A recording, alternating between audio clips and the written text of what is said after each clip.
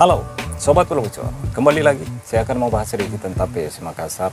Dimana seperti yang kita ketahui, di putaran pertama ini PSM Makassar berakhir di urutan ke-12 klasmen sementara dari hasil 5 kemenangan, 9 hasil imbang, dan 3 kekalahan teman-teman. Dan sayang banget sih, karena PSM Makassar di pertandingan terakhir menghadapi Persib Tangerang harus kalah.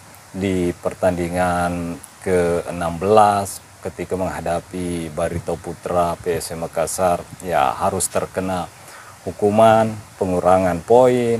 Meskipun PSM Makassar menang pada saat itu sayang banget teman-teman. Apalagi di putaran pertama ini bisa dikatakan PSM Makassar cukup kesulitan untuk mendapatkan 3 poin.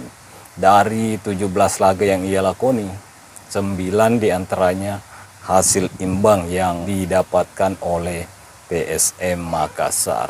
Jadi ya, untuk mengejar tim-tim yang ada di papan atas tentunya anak-anak asuh Coach Bernardo Tavares harus bekerja lebih keras lagi di putaran kedua Liga 1 nantinya teman-teman. Dengan catatan tentunya kita berharap ada 1-2 pemain baru yang masuk ke dalam skuad Coach Bernardo Tavares ya. Tapi ya tentunya kita berharap kepada manajemen. Mudah-mudahan manajemen PSM Makassar punya budget lebih untuk bisa mengangkut 1-2 pemain.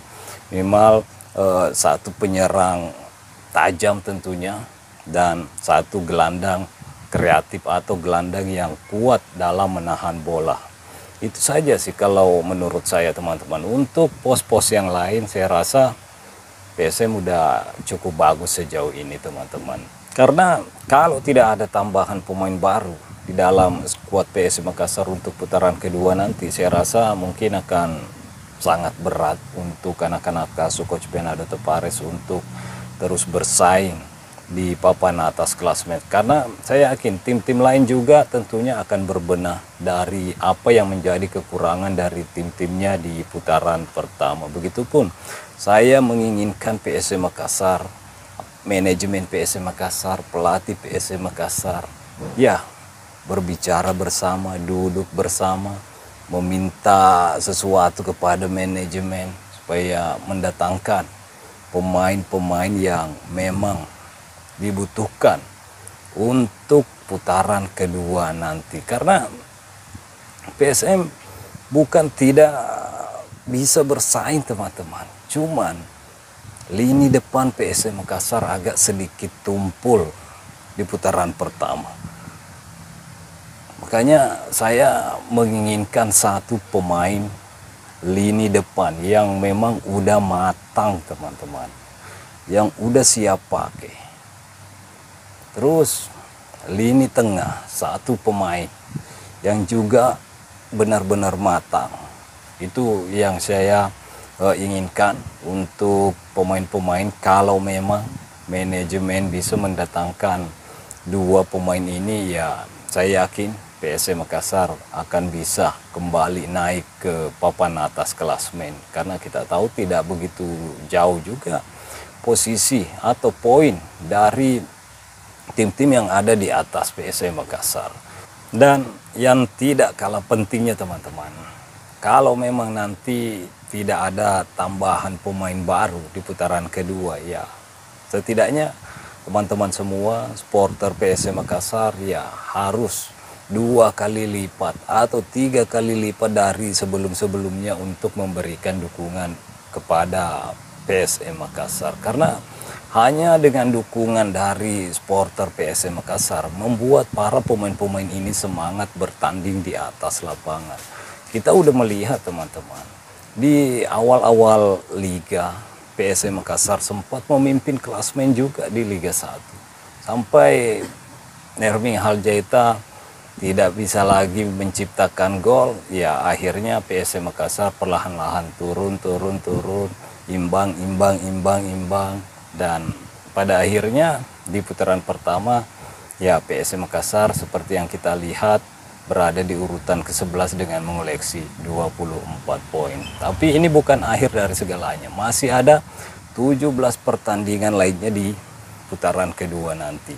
Mampukah PSM Makassar memanfaatkan 17 pertandingan berikutnya di putaran kedua, di mana di pertandingan pertama melawan Persis Solo kalau tidak salah teman-teman. Setelah itu PSBS Biak selaku tuan rumah apakah masih dibatakan atau udah bisa bermain di Stadion Gelora B.J. Habibie, karena saya juga tadi membaca berita ya kemungkinan di bulan Februari baru Stadion Gelora B.J. Habibie bisa dipakai oleh PSM Makassar. Yang jelasnya waktunya tinggal sedikit lagi. Saya makanya menginginkan PSM Makassar mampu mempertahankan pertandingan tak terkalahkannya sampai tahun baru. Tapi ya apa boleh buat, dengan kejadian melawan Barito Putra, begitupun dengan melawan Persita Tangerang yang hanya 10 pemain tapi PSM Makassar tidak mampu memenangkan pertandingan. Ya mungkin ini adalah akhir yang memang diperlihatkan oleh PSM Makassar di tahun 2024 ini. Mudah-mudahan di tahun 2025 nanti PSM Makassar bisa tampil lebih baik lagi teman-teman. Bisa lebih gacor lagi, lini depannya bisa lebih klinis lagi ketika menghadapi peluang, ketika mendapatkan peluang, tidak menyanyiakan peluang yang ia dapatkan. Karena ini yang membedakan PSM Makassar dengan tim-tim lain.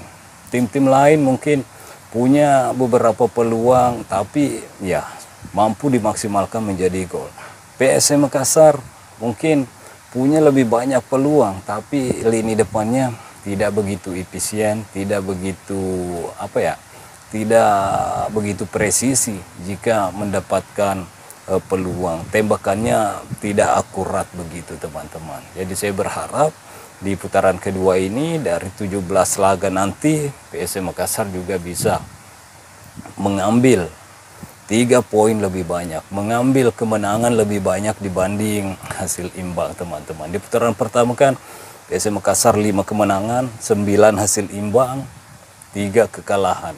Mudah-mudahan di putaran kedua nanti berbalik nih atau lebih lagi 10, 12 atau 13, 14 kemenangan atau sapu bersih dengan kemenangan di putaran kedua itu akan jauh lebih bagus. Dan saya yakin kalau PSM Makassar mampu mendapatkan 10 kemenangan di putaran kedua, PSM Makassar akan naik ke papan atas klasemen teman-teman.